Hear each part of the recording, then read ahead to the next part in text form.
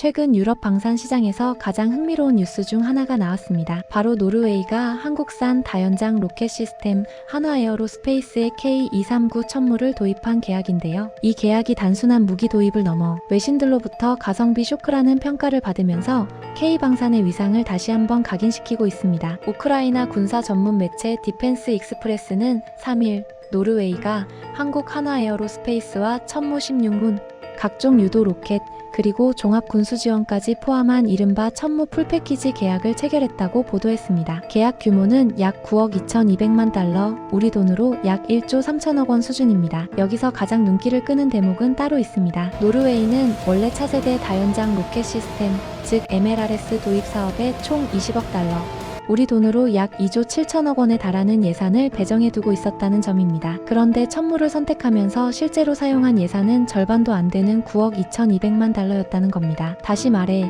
노르웨이는 MLRS 예산의 절반을 쓰지도 않고 주력 전력을 확보한 셈입니다. 디펜스 익스프레스는 이 점을 강조하면서 천무 계약 이후에도 10억 달러 이상이 남아있고 이 예산은 향후 인프라 구축이나 현지 기업의 생산 참여, 추가 전력 보강에 활용될 수 있다고 분석했습니다. 이 사례가 갖는 의미는 단순히 노르웨이 한 나라에 그치지 않습니다. 유럽 각국이 제한된 국방 예산 속에서 실질적인 전투력을 어떻게 확보할 것인가 고민하는 상황에서 같은 돈으로 더 많은 전력을 손에 넣을 수 있다는 매우 강력한 메시지를 던지고 있기 때문입니다. 특히 이번 노르웨이 사업은 시작부터 미국 로키드 마틴의 하이마스, 즉 하이마스와의 정면 대결 구도였습니다. 만약 노르웨이가 천무 대신 하이마스를 선택했다면 같은 9억 2,200만 달러 예산으로 확보할 수 있는 발사대는 많아야 6문에서 9문 정도였을 것으로 추정됩니다. 하지만 실제 계약된 천무는 16문입니다. 숫자만 놓고 봐도 거의 2배 차이가 납니다. 발사대 숫자가 많다는 건 단순한 양적 우위가 아니라 동시에 더 넓은 지역에 화력을 분산 배치할 수 있고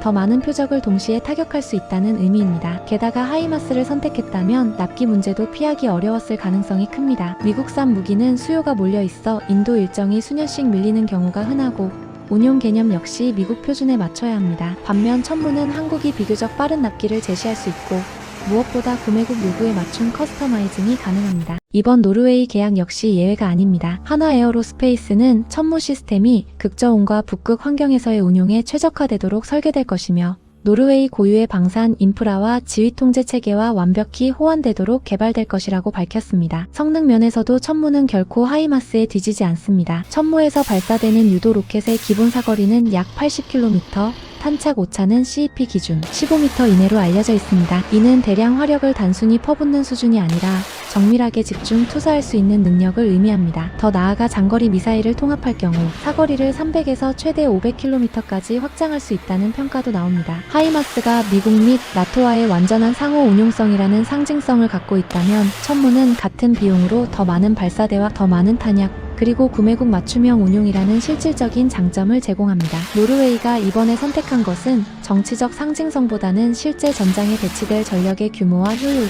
즉 현실적인 가성비였다고 볼 수 있는 지점입니다. 이 계약이 성사된 배경에는 그동안 쌓여온 신뢰도 크게 작용했습니다. 노르웨이는 이미 한국산 K9 자주포, 현지명으로는 K9 비다르를 운용하고 있고 여기에 K10 탄약운 반장갑차까지 함께 도입해왔습니다. 2025년에도 추가로 K9 비다르 자주포 24문을 계약하며 협력을 이어갔습니다. 한화에어로스페이스 측은 이러한 기존 사업에서의 안정적인 운용, 지원과 신뢰가 이번 천무 수주의 중요한 발판이 됐다고 밝혔습니다. 손재일 한화에어로스페이스 대표 역시 노르웨이에 수출된 K9 자주포 운용을 통해 쌓은 신뢰, 그리고 정부 차원의 적극적인 방산 외교가 결합된 결과라고 강조했습니다. 천무 자체도 주목할 만한 무기 체계입니다. 천무는 차륜형 다연장 로켓 시스템으로 북한의 방사포 위협에 대응하고 노후화된 한국군 로켓 전력을 대체하기 위해 독자 개발됐습니다. 기동성이 뛰어나고 다양한 종류의 로켓과 미사일을 운용할 수 있다는 점에서 현대 전장 환경에 최적화된 체계로 평가받고 있습니다. 노르웨이 국방물자청은